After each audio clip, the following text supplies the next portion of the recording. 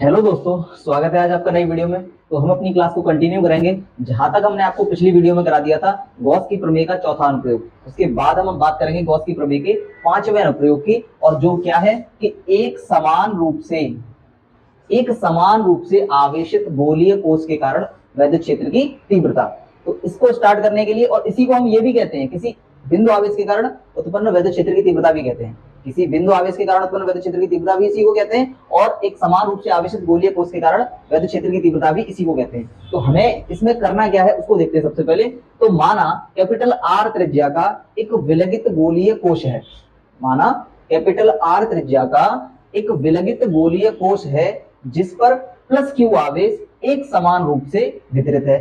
और हमने आपको पहले बताया है, फिर बता रहे हैं कि जब कोई गोला या कोई भी प्लेट चालक होती है तो चालक को जब आवेश दिया जाता है वह आवेश उसके पृष्ठ पर एक समान रूप से वितरित हो जाता है। और जब कोई अचालक गोला या अचालक प्लेट होती है तब उसको अगर कोई आवेश दिया जाता है तो वो आवेश उसके पृष्ठ के भीतर एक समान रूप से वितरित हो जाता है। तो ये बात हमें ध्यान में रखनी है। तो माना कैपिटल आर त्रिज्या का एक विलगित गोलीय कोश है जिस पर प्लस क्यू आवेश एक समान रूप से वितरित है।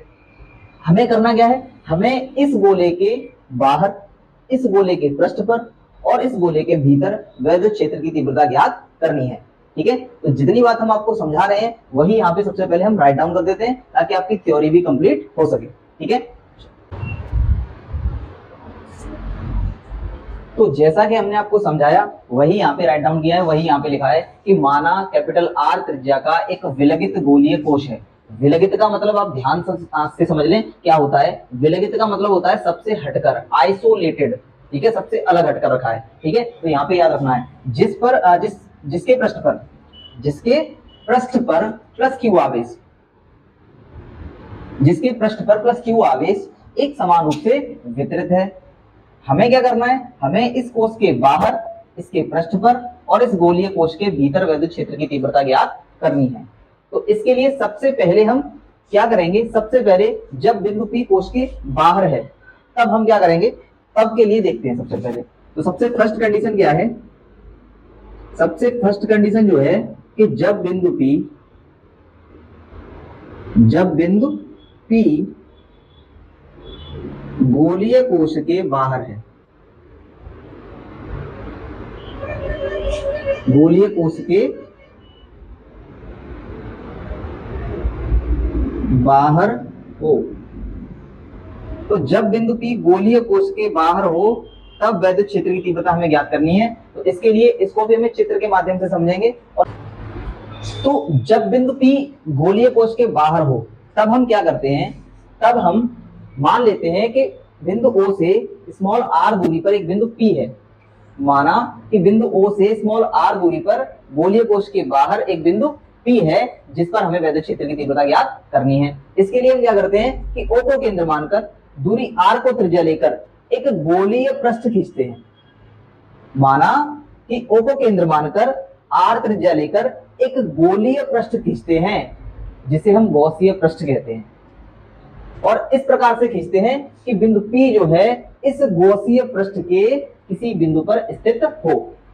तो यहां तक की बात आपको क्लियरली समझ में आ रही है कि क्या किया हमने, कि हमने माना स्मॉल r दूरी पर, केंद्र O से स्मॉल r दूरी पर इस गोलीय कोश के बाहर एक बिंदु P है जिस पर हमें वैद्युत क्षेत्र की तीव्रता ज्ञात करनी है। इसके लिए क्या किया, O को केंद्र मानकर, बिंदु O को केंद्र मानकर दूरी r को त्रिज्या लेकर एक काल्पनिक गोलीय पृष्ठ खींचते हैं जिसे हम गॉसीय पृष्ठ कहते हैं। और इस प्रकार से वो पृष्ठ लेते हैं कि बिंदु P इस काल्पनिक गॉसीय पृष्ठ पर स्थित हो।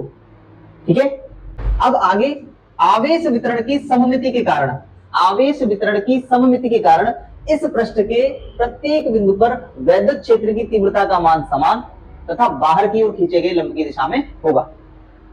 आवेश वितरण की सममिति के कारण इस पृष्ठ के प्रत्येक बिंदु पर वैद्युत क्षेत्र की तीव्रता का मान समान और बाहर की ओर खींचे गए लंब की दिशा में होगा। और आगे हम मान लेते हैं कि माना ये गॉसीय पृष्ठ जो है, एक काल्पनिक गॉसीय पृष्ठ जो है वो डीए क्षेत्रफलों वाले अनेक अल्पांशों से मिलकर बना हुआ है, डीए क्षेत्रफल वाले अनेक सूक्ष्म क्षेत्रफलों से मिलकर बना हुआ है। तो बिंदु P पर हम मान लेते हैं कि एक सूक्ष्म क्षेत्रफल डीए है, बिंदु P पर एक सूक्ष्म क्षेत्रफल डीए है। तो डीए क्षेत्रफल से होकर जाने वाला वैद्युत फ्लक्स, तो जितना हमने आपको पहले समझा दिया पहले उतना लिख देते हैं, उसके बाद आपको और अच्छी तरीके से समझ आएंगे। ठीक है, तो जैसा हमने आपको समझाया वही यहाँ पे लिखा हुआ है कि माना कि एक आवेशित गोलीय कोश के केंद्र O से स्मॉल r दूरी पर एक बिंदु P है जिस पर वैद्युत क्षेत्र की तीव्रता ज्ञात करनी है। इसके लिए O को केंद्र मानकर और दूरी r को त्रिज्या मानकर एक गोलीय पृष्ठ खींचते हैं जिसे हम गॉसीय पृष्ठ कहते हैं। आवेश वितरण की सममिति के कारण इस पृष्ठ के प्रत्येक बिंदु पर वैद्युत क्षेत्र की तीव्रता का मान समान और बाहर की ओर खींचे गए लंब की दिशा में होगा। तो आगे क्या करना है हमें, यहाँ पे मान लिया हमने, माना गॉसीय पृष्ठ के बिंदु P पर एक सूक्ष्म क्षेत्रफल dA है, तो इस dA क्षेत्रफल से गुजरने वाला वैद्युत फ्लक्स क्या होगा, तो d phi e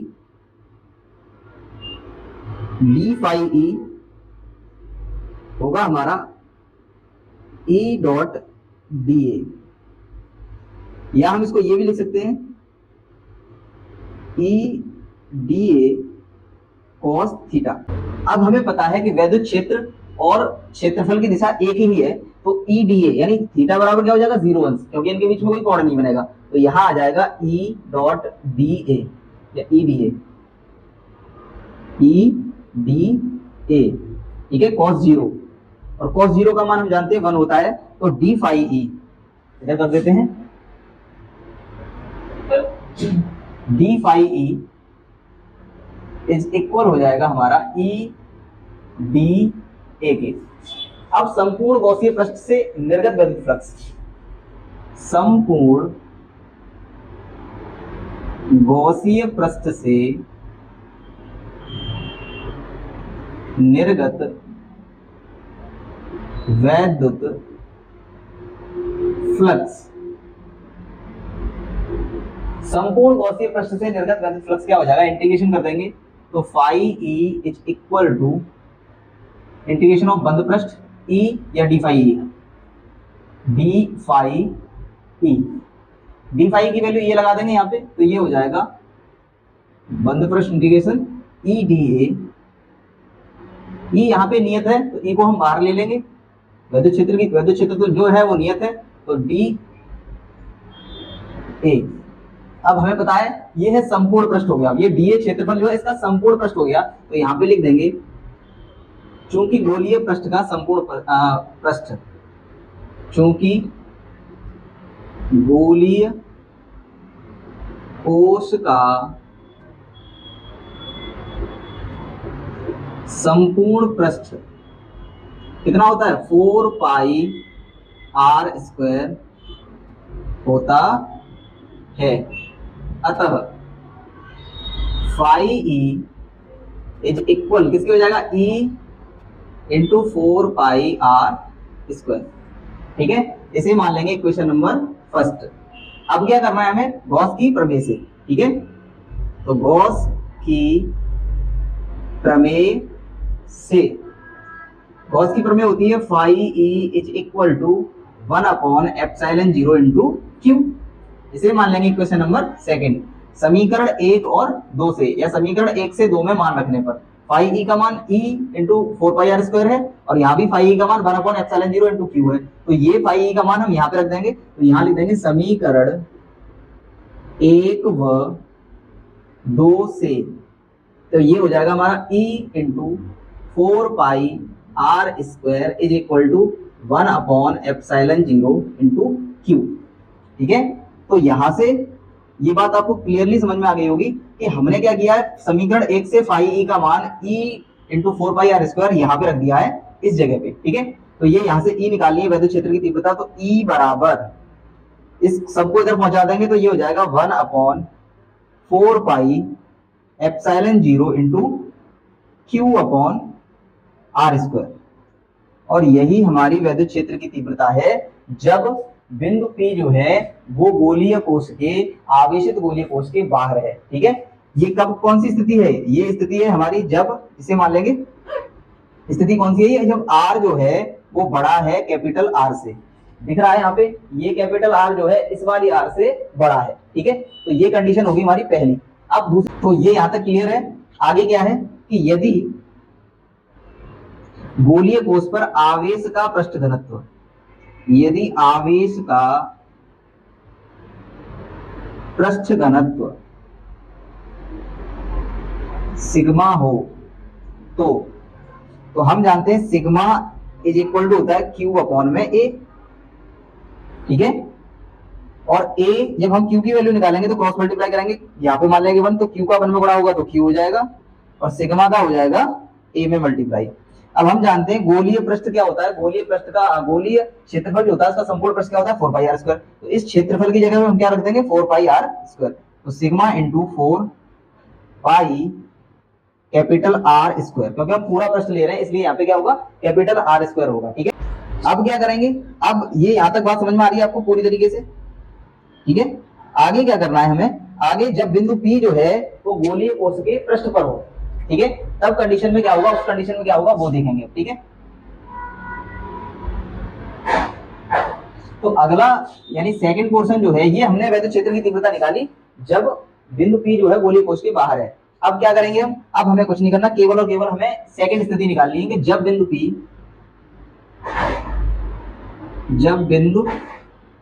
P गोलीय कोश के पृष्ठ पर हो तो स्मॉल आर जो होगी वो कैपिटल आर के इक्वल होगी, क्योंकि ये वाली आर जो है अभी यहाँ पे ये यहाँ जाएगी तो इसके पृष्ठ पर स्थित होगी तो आर जो है आर के बराबर हो जाएगी।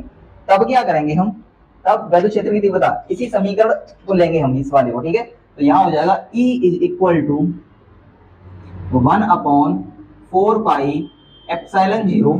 अब देखो Q का वैल्यू क्या है यहाँ पे sigma into 4 pi R square, ये वैल्यू हम यहाँ पे पुट करेंगे Q की जगह पे, ठीक है, इस जगह पे Q की जगह पे।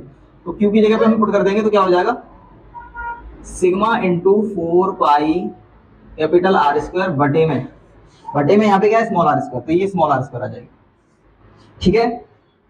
तो 4 पाई से 4 पाई खत्म हो जाएगा यहाँ पे, ठीक है। तो ये हो जाएगा E इज इक्वल टू 1/एप्सिलॉन 0 into sigma R square upon में स्मॉल आर स्क्वायर, ठीक है। अब यहाँ पे स्मॉल आर की जगह कैपिटल आर रख दें तो स्मॉल आर की जगह कैपिटल आर रख देते हैं तो E बराबर निकल के आ जाएगा हमारा, या डायरेक्ट कर देते हैं यहीं पे स्मॉल आर की जगह पे कैपिटल आर को पुट कर देंगे तो ये हो जाएगा सिग्मा इंटू आर स्क्वायर बटे में इस आर की जगह पे ये कैपिटल आर स्थित कर देंगे यहाँ पे, ये हो जाएगा आर स्क्वायर से आर स्क्वायर खत्म, तो यानी E बराबर आ जाएगा सिग्मा अपॉन एप्सिलॉन 0। ये स्थिति कब है, जब स्मॉल आर जो है वो कैपिटल आर के बराबर है, ठीक है। ये बात हमको ध्यान रखनी है। और तीसरी कंडीशन क्या है हमारी, उसको भी यहीं सॉल्व करते हैं। तीसरी कंडीशन में जब बिंदु P या P डैश कर लेंगे इसको, ठीक है। जब बिंदु P, 2 बार P ले लिया हमने, जब बिंदु P डैश गोलीय कोश के भीतर है, गोलीय कोश के भीतर हो तो क्या होगा small R is greater than capital R होगा। ये तो कंडीशन अलग अप्लाई होगी, लेकिन यहाँ पे हमें केवल एक बात ध्यान में रखनी है, एक चालक गोला है और चालक गोले के भीतर कोई भी आवेश नहीं है, और जब कोई आवेश नहीं है तो वहां से गुजरने वाले वैद्युत फ्लक्स का मान क्या होगा, शून्य होगा। तो यही बात हमें यहाँ पे लिखनी है, जब वहां से गुजरने वाले वैद्युत फ्लक्स का मान शून्य होगा तो कोई भी वैद्युत क्षेत्र वहां पर उत्पन्न नहीं होगा। तो यहाँ इस बात को लिख देंगे। तो इस वाली कंडीशन में क्या हो रहा है कि चूंकि गोलीय कोश के पृष्ठ पर संपूर्ण आवेश एक समान रूप से वितरित है, गोलीय कोश के भीतर कोई आवेश नहीं होगा, तो कोई आवेश नहीं होगा अर्थात गॉसकीय पृष्ठ जो होगा हमारा उससे निर्गत वैद्युत फ्लक्स क्या होगा, शून्य होगा, ठीक है। अर्थात यहाँ पे हम लिख देंगे कि phi E is equal to क्या होगा, 0 होगा। जब 0 होगा तो E जो होगा कोई भी वैद्युत क्षेत्र वहां पर उत्पन्न नहीं होगा, और ये बात हमें यहाँ पे याद रखनी है। तो ये कंडीशन हमारी तीनों स्थितियों में आपके सामने है कि एक समान रूप से आवेशित गोलीय कोश के कारण वैद्युत क्षेत्र की तीव्रता या किसी बिंदु आवेश के कारण वैद्युत क्षेत्र की तीव्रता का व्यंजक क्या होता है, ये हम आपको पिछले चैप्टर में भी करा चुके हैं, लेकिन यहाँ पे जो है ये गॉस की प्रमेय के अनुप्रयोग के आधार पर इसको सॉल्व किया गया, ठीक है। तो ध्यान दें, इसको कर सकते हैं आप। तो अब हम डेरिवेट करेंगे लास्ट टॉपिक जो है गॉस की प्रमेय का लास्ट अनुप्रयोग जो है उसको, ठीक है। तो गॉस की प्रमेय का लास्ट अनुप्रयोग क्या है, हमारा छठा अनुप्रयोग है, एक समान रूप से आवेशित अचालक गोले के कारण, अचालक गोलीय कोश के कारण वैद्युत क्षेत्र की तीव्रता, ठीक है। तो ये लास्ट हमारा अनुप्रयोग है गॉस की प्रमेय पर आधारित। तो देखते हैं इसमें है क्या। तो यहाँ पे क्या है, मान लेते हैं हम ये वाला अंदर वाला सिस्टम देखेंगे, ठीक है। हमने चित्र पहले ही बना दिया है ताकि आपको समझ में आ जाए। तो माना कैपिटल आर त्रिज्या का एक विलगित गोलीय कोश है, माना कैपिटल आर त्रिज्या का एक विलगित गोलीय कोश है। और गोलीय कोश कैसा है? अचालक। और हम जानते हैं कि कोई गोला अगर अचालक होता है तो जो आवेश उसको दिया जाता है वो आवेश उसके संपूर्ण आयतन में एक समान रूप से वितरित हो जाता है। तो यही बात है यहाँ पे भी कि माना कोई कैपिटल आर त्रिज्या का विलगित अचालक गोलीय कोश जो है, क्या है? विलगित अचालक गोलीय कोश है, जो या जिसको प्लस क्यू आवेश दिया गया है, जो आवेश जो है उस गोले के संपूर्ण आयतन में एक समान रूप से वितरित है। हमें इस गोले के बाहर, इस गोलीय कोश के बाहर, इसके पृष्ठ पर और इस गोले के भीतर वैद्युत क्षेत्र की तीव्रता ज्ञात करनी है। ठीक है, तो जितना हमने अभी आपको बोला है, समझाया है, वही चीज यहाँ पे हम राइट डाउन करेंगे। उसके बाद आपको आगे की कंडीशन, आगे क्या होता है उसको बताएंगे। ठीक है, तो जो चीज हमने आपको समझाई थी वही यहाँ पे लिखा हुआ है कि माना कैपिटल आर त्रिज्या का एक विलगित अचालक गोलीय कोश है जिसके संपूर्ण आयतन में प्लस क्यू आवेश एक समान रूप से वितरित है। हमें करना क्या है? हमें इस गोलीय कोश के बाहर, इसके पृष्ठ पर तथा इस गोलीय कोश के भीतर वैद्युत क्षेत्र की तीव्रता ज्ञात करनी है। अलग अलग कंडीशंस में हमें वैद्युत क्षेत्र की तीव्रता ज्ञात करनी है। तो सबसे पहले हम क्या करेंगे? जब बिंदु P गोलीय कोश के बाहर है तब हमें वैद्युत क्षेत्र की तीव्रता ज्ञात करनी है। तो फर्स्ट कंडीशन क्या है हमारी? फर्स्ट कंडीशन है कि जब बिंदु P अचालक गोलीय कोश के बाहर है, अचालक गोलीय कोश के बाहर हो। सबसे पहली कंडीशन है हमारी कि जब बिंदु P अचालक गोलीय कोश के बाहर हो। जब बाहर होगा तो क्या करेंगे? यहाँ पे दिख रही कंडीशन, यहाँ पे बिंदु O है, O से स्मॉल r मीटर की दूरी पर बिंदु P है। ठीक है, O से स्मॉल r मीटर की दूरी पर बिंदु P है। तो यहाँ पे हमें क्या करना है कि माना किसी अचालक गोले, माना कि अचालक गोले के केंद्र O से, माना कि आवेशित, एक समान रूप से आवेशित अचालक गोले के केंद्र O से स्मॉल r मीटर की दूरी पर इसके बाहर एक बिंदु P है जिस पर हमें वैद्युत क्षेत्र की तीव्रता ज्ञात करनी है। ठीक है, माना एक समान रूप से आवेशित अचालक गोले के केंद्र O से स्मॉल r दूरी पर इस गोलीय कोश के बाहर एक बिंदु P है जिस पर हमें वैद्युत क्षेत्र की तीव्रता ज्ञात करनी है। इसके लिए हम क्या करते हैं? बिंदु O को केंद्र मानकर दूरी r को त्रिज्या लेकर एक काल्पनिक गोलीय पृष्ठ खींचते हैं। इसके लिए क्या करते हैं? बिंदु O को केंद्र मानकर दूरी r को त्रिज्या लेकर, स्मॉल r को त्रिज्या लेकर एक काल्पनिक गोलीय पृष्ठ खींचते हैं जिसे हम गॉसीय पृष्ठ कहते हैं। क्या कहते हैं उसको? गॉसीय पृष्ठ। और इस प्रकार से खींचते हैं कि बिंदु P जो है इस काल्पनिक गोलीय पृष्ठ के पृष्ठ पर स्थित हो।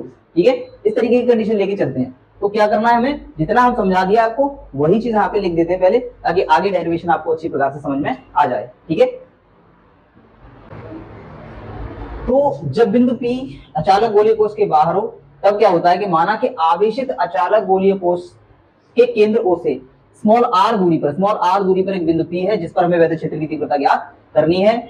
इसके लिए हम क्या करते हैं? O को केंद्र मानकर दूरी r को त्रिज्या मानकर एक काल्पनिक गोलीय पृष्ठ खींचते हैं जो डॉटेड लाइन से दिखाया गया है और जिसे हम क्या कहते हैं? जिसे हम गॉसीय पृष्ठ कहते हैं। आवेश वितरण की सममिति के कारण, अब आवेश वितरण की सममिति क्या होती है कि जब किसी चालक गोले को आवेश दिया जाता है या जब किसी चालक पदार्थ को आवेश दिया जाता है तो वो आवेश जो है उस चालक के पृष्ठ पर एक समान रूप से वितरित हो जाता है। या फिर जब किसी अचालक गोले को आवेश दिया जाता है या किसी अचालक पदार्थ को आवेश दिया जाता है तो वो आवेश उस अचालक के संपूर्ण आयतन में एक समान रूप से वितरित हो जाता है। इसी को कहते हैं हम आवेश वितरण की सममिति। तो यहाँ पे भी क्या है कि आवेश वितरण की सममिति के कारण इस पृष्ठ के प्रत्येक बिंदु पर वैद्युत क्षेत्र की तीव्रता का मान समान तथा बाहर की ओर खींचे गए लंब की दिशा में होगा। तो आगे क्या किया है हमने? माना बिंदु P पर एक सूक्ष्म क्षेत्रफल dA है, तो इस dA क्षेत्रफल से होकर गुजरने वाला वैद्युत फ्लक्स हम जानते हैं क्या होता है? d phi E is equal to E dot dA, या इसी को हम लिख देते हैं E dA, दो सदिशों का अदिश गुणन E dA cos थीटा। अब थीटा जो है वैद्युत क्षेत्र और क्षेत्रफल की दिशा समान है अर्थात इनके बीच में कोई भी कोण नहीं बनेगा। तो d phi E is equal to हो जाएगा E डॉट dA cos 0 अंश, और cos 0 का मान कितना होता है? cos 0 का मान 1 होता है, अर्थात D phi E is equal to हो जाएगा ई डी ए। आगे आगे क्या है, संपूर्ण गौसीय पृष्ठ से निर्गत अर्थात गुजरने वाला निर्गत वैद्युत फ्लक्स, निर्गत वैद्युत फ्लक्स, संपूर्ण गौसीय पृष्ठ से निर्गत वैद्युत फ्लक्स क्या हो जाएगा, phi E is equal to integration कर देंगे और पूरा बंद पृष्ठ है और ये हो जाएगा डी फाई ई। पूरे का कर दिया हमने इंटीग्रेशन अर्थात पूरा संपूर्ण पृष्ठ ले लिया है, ठीक है। फाई ई का मान डी फाई ई का मान कितना है, ई डी ए लगा देंगे यहाँ पे, तो इंटीग्रेशन और बंद पृष्ठ ई डी ए। ई नियत है यहाँ पे, वैद्युत क्षेत्र नियत होता है तो ई कॉमन आ जाएगा बाहर और ये हो जाएगा इंटीग्रेशन ऑफ बंद पृष्ठ डी ए। अब हम जानते हैं क्योंकि गोले का संपूर्ण पृष्ठ 4 पाई आर स्क्वायर होता है और ये पूरा पृष्ठ आ गया डी ए क्षेत्रफलों से मिलकर बना हुआ है, ये गोला डी ए क्षेत्रफल वाले अनेक अल्पांशों से मिलकर बना हुआ है। तो अब हमने संपूर्ण ले लिया, तो संपूर्ण का मतलब यहाँ पे लिख देंगे चूंकि गोलीय कोश का संपूर्ण पृष्ठ 4 पाई आर स्क्वायर होता है। जब 4 पाई आर स्क्वायर होता है तो फाई ई इज इक्वल हो जाएगा E into 4 pi R square. Question मान लेंगे फर्स्ट, ठीक है। आगे क्या करना है, गॉस की प्रमेय से, गॉस की प्रमेय से, गॉस की प्रमेय होती है phi E is equal to 1 upon epsilon 0 into Q. इसे मान लेंगे क्वेश्चन नंबर सेकंड। समीकरण 1 से फाई ई की वैल्यू समीकरण 2 में फाई ई की जगह पे रख देंगे, तो यहां लिख देंगे समीकरण 1 व 2 से, तो ये वैल्यू यहाँ पे पुट कर देंगे, तो E into 4 pi R square is equal to 1 upon epsilon 0 into Q. अब यहाँ पे ये गुणा में है, इधर जाके भाग में हो जाएगा, अर्थात ई इज इक्वल हो जाएगा 1 upon 4 pi epsilon 0 into Q upon R square को मैंने इधर साइड में लिख दिया। समझ में आ गई बात यहाँ तक। तो ये जो है वैद्युत क्षेत्र की तीव्रता होगी जब बिंदु P जो है गोलीय कोश के बाहर है, ठीक है। आगे क्या करना है, यदि आवेश का आयतन घनत्व, यदि आवेश का आयतन घनत्व रो हो तो आगे क्या है, आगे चूंकि गोला या गोलीय कोश, गोला अचालक है, गोला कैसा है, अचालक है, अतः आवेश जो है इसके संपूर्ण आयतन में एक समान रूप से वितरित होगा। क्योंकि गोला अचालक है अतः इसको दिया गया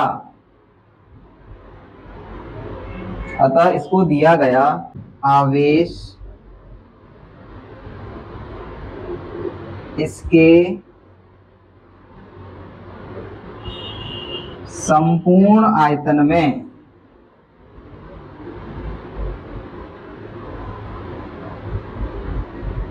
एक समान रूप से वितरित होगा। यदि आवेश का आयतन घनत्व, यदि आवेश का आयतन घनत्व रो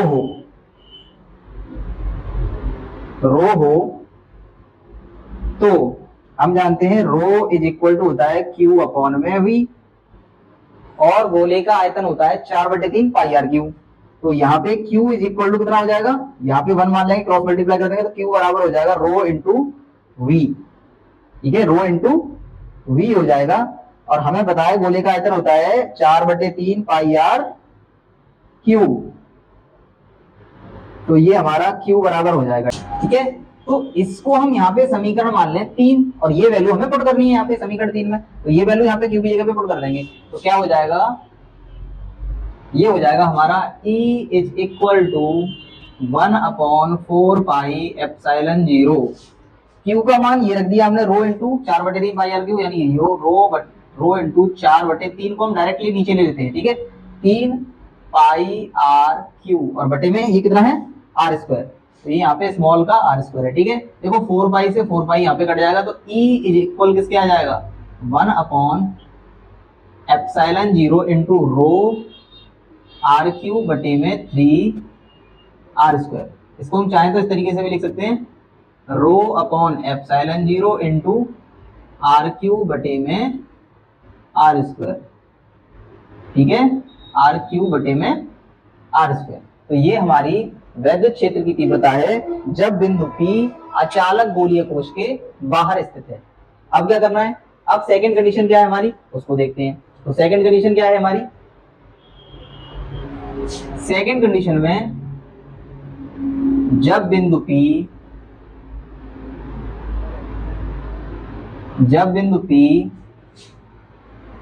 गोलीय कोश के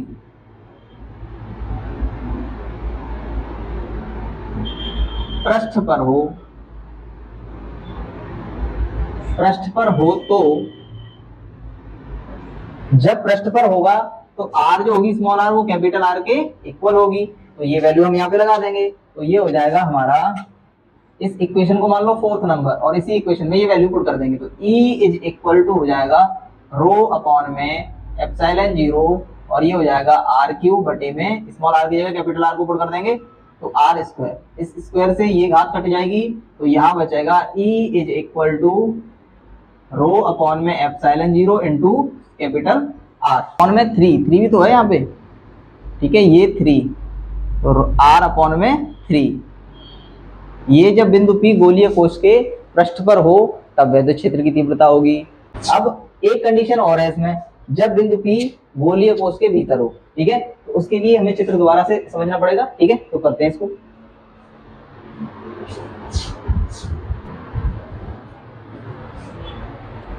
तो ये हमारा आखिरी टॉपिक है। आखिरी टॉपिक में क्या है कि जब बिंदु P गोलीय कोश के भीतर हो, जब बिंदु P, अब यहाँ पे मान लिया, माना बिंदु P जो है गोलीय कोश के भीतर है, हम यहाँ पे लिख सकते हैं कि माना कि गोले के केंद्र O से स्मॉल r दूरी पर इस गोलीय कोश के भीतर एक बिंदु P है जिस पर हमें वैद्युत क्षेत्र की तीव्रता ज्ञात करनी है, ठीक है। इसके लिए हमने बिंदु O को केंद्र मानकर दूरी स्मॉल r को त्रिज्या लेकर, यहाँ पे r जो है कैपिटल R से छोटी है, यहाँ पे स्मॉल r, कैपिटल R से स्मॉल r जो है वो छोटी है, ठीक है। ये बात, ये कंडीशन हमें यहाँ पे याद रखनी है, ठीक है। तो आगे क्या है कि माना कि गोले के केंद्र O से स्मॉल r दूरी पर इस गोले के भीतर एक बिंदु P है जिस पर हमें वैद्युत क्षेत्र की तीव्रता ज्ञात करनी है। इसके लिए हम बिंदु O को केंद्र मानकर दूरी r स्मॉल r को त्रिज्या लेकर एक काल्पनिक गोलीय पृष्ठ खींचते हैं। ये अंदर जो डॉटेड लाइन दिख रही है आपको, यही हमारा गोलीय पृष्ठ है जिसको हम गॉसीय पृष्ठ कहते हैं, यही हमारा गॉसीय पृष्ठ है, ठीक है। तो यहाँ तक की बात आपको क्लियरली समझ में आ रही है। आवेश वितरण की सममिति के कारण क्या होगा, जो आवेश है एक समान रूप से इसके अंदर फैला हुआ है, तो यही चीज हमें यहाँ पे राइट डाउन करनी है दोबारा से। तो राइट डाउन कर देते हैं पहले ताकि आपको अच्छी प्रकार से समझ में आ सके, ठीक है।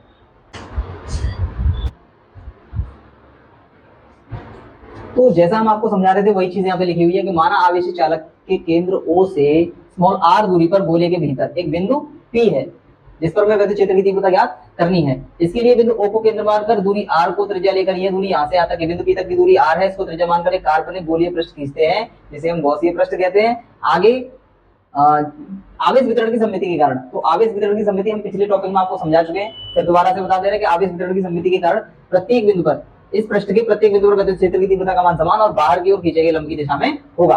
माना बिंदु P पर एक सूक्ष्म क्षेत्रफल dA है, तो इस dA क्षेत्रफल से ऊपर गुजरने वाला वैद्युत फ्लक्स तो क्या होता है, d phi E बराबर वेक्टर E डॉट dA, दो सदिशों का अदिश गुणन क्या हो जाता है, E dA cos थीटा, क्योंकि वैद्युत क्षेत्र और क्षेत्रफल की दिशा क्या है, समान है, अर्थात d phi E बराबर हो जाएगा E dA cos 0 और cos 0 का मान हम जानते हैं 1 होता है, तो E dA। अब संपूर्ण गोलीय पृष्ठ से होकर गुजरने वाला या संपूर्ण गॉसीय पृष्ठ से होकर, संपूर्ण गॉसीय पृष्ठ से होकर गुजरने वाला वैद्युत फ्लक्स, संपूर्ण गॉसीय पृष्ठ से होकर गुजरने वाला वैद्युत फ्लक्स, तो फाई ई बराबर हो जाएगा, इंटीग्रेशन कर देंगे किसका, डी फाई ई का, ठीक है। डी फाई की वैल्यू ई डी है, तो phi E is equal to हो जाएगा इंटीग्रेशन ऑफ बंद पृष्ठ ई डी ए, ठीक है। आगे क्या होगा, आगे देखते हैं। तो फाई ई बराबर हो जाएगा हमारा, ई नियत है, इसको बाहर ले लेंगे, ई विद्युत क्षेत्र क्या होता है, नियत होता है। आगे डीए, अब डीए का इंटीग्रेशन है, इंटीग्रेशन का मतलब होगा संपूर्ण पृष्ठ, तो गोले का संपूर्ण पृष्ठ क्या होता है, गोले का संपूर्ण पृष्ठ होता है हमारा 4 पाई आर स्क्वायर, तो यहां लिख देंगे चूंकि गोले का संपूर्ण पृष्ठ 4 पाई आर स्क्वायर होता है, तो क्या हो जाएगा, phi E is equal to E into 4 pi R square, इसे मान लेंगे क्वेश्चन नंबर फर्स्ट। और फिर दोबारा से पुनः वही कंडीशन होती है गॉस की प्रमेय से, गॉस की प्रमेय से, तो गॉस की प्रमेय से क्या होता है, phi E is equal to E 1/4 pi 1/ε0 into Q, ठीक है। इसे क्वेश्चन नंबर सेकंड मान लेंगे। समीकरण 1 से 2 में मान रखने पर, यानी समीकरण 1 व 2 से, समीकरण 1 व 2 से, तो समीकरण 1 व 2 लिया है हमने, तो समीकरण 1 से इसमें मान रख देंगे, तो ये हो जाएगा E dot 4 pi R square is equal to, यहाँ पे क्यू डैश लेंगे, और क्यू डैश क्यों लगे, क्योंकि ये जो है क्यू डैश जो है प्लस क्यू आवेश का वह भाग है जो गॉसीय पृष्ठ से परिबद्ध है, ये बात हमें याद रखनी है। हमने यहाँ पे क्यू डैश क्यों लिया है, क्यू डैश वह आवेश है जो गॉसीय पृष्ठ से क्या है, परिबद्ध है, यानी प्लस क्यू आवेश का वह भाग जो गॉसीय पृष्ठ से परिबद्ध है, इसलिए हमने यहाँ पे क्यू डैश लिया है, इस बात को ध्यान रखना है। तो क्या हो जाएगा 1/ε0 इंटू क्यू डैश, तो यहाँ से ई निकालेंगे, ई बराबर हो जाएगा 1/4 पाई ε0 इंटू क्यू डैश अपॉन में आर स्क्वायर। ये बात यहाँ तक क्लियरली समझ में आ रही है। आगे क्या है, आगे इसे समीकरण मान लेंगे 3।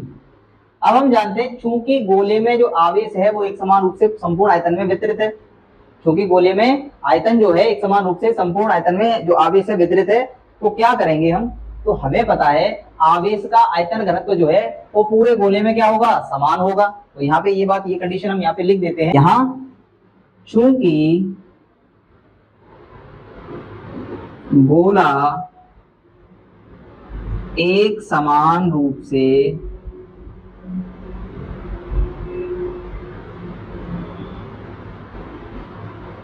आवेशित है, अतः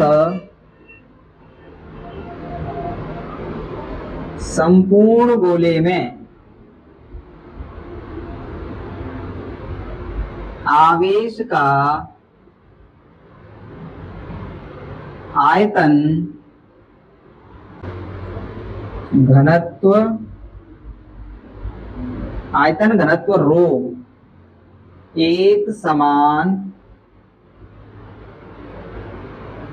होगा, अतः, ठीक है। तो क्यू डैश बराबर क्या हो जाएगा, तो क्यू डैश बराबर हो जाएगा, इसको जब ट्रांसफर कर देंगे तो क्यू आर क्यू बटे में कैपिटल आर क्यू, अतः रो बराबर जो होगा वो क्यू यानी संपूर्ण गोले के लिए हो जाएगा बटे 4/3 पाई आर क्यू, अभी मत रखो इसको, वी मान लो इसको, ये भी, और बराबर ये क्यू डैश का जो होगा वो भी क्या होगा, इक्वल होगा एक दूसरे के, ठीक है।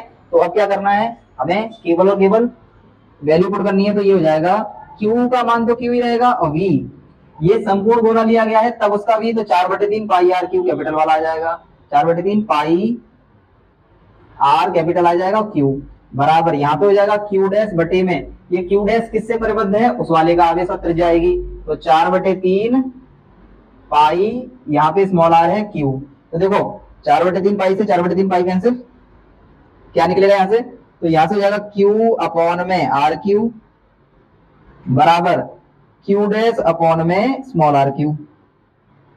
अब ये क्यू डैश का मान समीकरण रख देते हैं 1 में, समीकरण 3 में, तो ये क्यू डैश की वैल्यू समीकरण 3 में रख देंगे, तो यहां लिख देंगे क्यू डैश का मान समीकरण 3 में रखने पर क्यू डैश का मान समीकरण 3 में रख देंगे तो E इज इक्वल टू हो जाएगा, इस वाले में रखना है 1/4 पाई एप्सिलॉन 0 क्यू डैश का मान क्यू आर क्यू बटे में, पूरे के बटे कर दे रहा हूं मैं डायरेक्टली, ठीक है।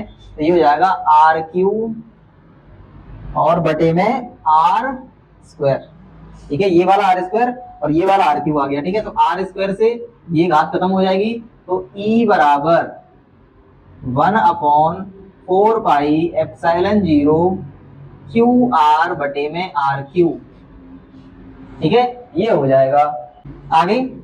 आगे क्यू बराबर अगर हम रो इंटू 4/3 पाई आर क्यू रख दें, क्यू बराबर इतना रख दें, आवेश का आयतन घनत्व होता है उससे निकाला है ये आवेश का आयतन घनत्व, इसलिए मैंने डायरेक्ट लिख दिया यहाँ पे, ये वैल्यू यहाँ पे पुट कर दें क्यू की जगह पे। तो क्या हो जाएगा, E बराबर 1/4 पाई एप्सिलॉन 0, ये क्यू का मान मैं यहाँ से पुट कर दूंगा यहाँ पे क्यू का मान, तो क्या हो जाएगा, ये हो जाएगा rho into 4 pi R Q और ये वाला आर आ जाएगा यहाँ पे बटे में, ये 3 मैंने नीचे ले लिया और नीचे कितना है आर क्यू, देखो आर क्यू से आर क्यू कट जाएगा, 4 पाई से 4 पाई कट जाएगा, जो चीज बची है उसको लिख दो। तो E बराबर ये रो का मल्टीप्लाई में जाएगा, तो rho upon epsilon 0 into R upon में 3, यही हमारी आवेशित गोलीय कोश के अंदर विद्युत क्षेत्र की तीव्रता का व्यंजक होगा, ठीक है। तो यहाँ तक उम्मीद है सब कुछ समझ में आ गया होगा। एक बार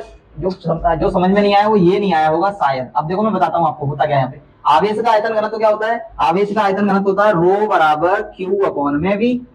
इस पूरे गोले के लिए ले रहे हैं तो हम क्यू अपॉन वी लेंगे, ठीक है। और इस आधे गोले के लिए यानी क्यू डैश आवेश वाले गोले के लिए लेंगे, ये तो क्यू आवेश वाला है तो क्यू अपॉन वी लिया हमने, और ये क्यू डैश आवेश वाला था तो क्यू डैश अपॉन वी लिया था। दोनों का आयतन घनत्व क्या होगा, बराबर होगा। अब बराबर होगा उसके लिए कंडीशन में ये लिया है मैंने यहाँ पे रखने के लिए, देखेंगे तो यहाँ पे वी यानी रो कितना हो जाएगा, यहाँ से अगर इसके नीचे बनवा ले तो क्यू का मल्टीप्लाई बनना होगा, तो क्यू हो जाएगा बराबर रो का वी में मल्टीप्लाई होगा तो रो इंटू वी हो जाएगा। अब वी का मतलब क्या है, वी का मतलब आयतन है, तो 4/3 पाई आर क्यू, तो ये क्यू की वैल्यू मैंने यहाँ से निकाल के रखी यहाँ पे, ठीक है। समझ में आ गई बात। तो यही है हमारा, जब आवेशित अचालक गोला है उसके अंदर अगर हमें वैद्युत क्षेत्र निकालना है तो E बराबर rho upon epsilon 0 into R upon 3, यही होगा, ठीक है।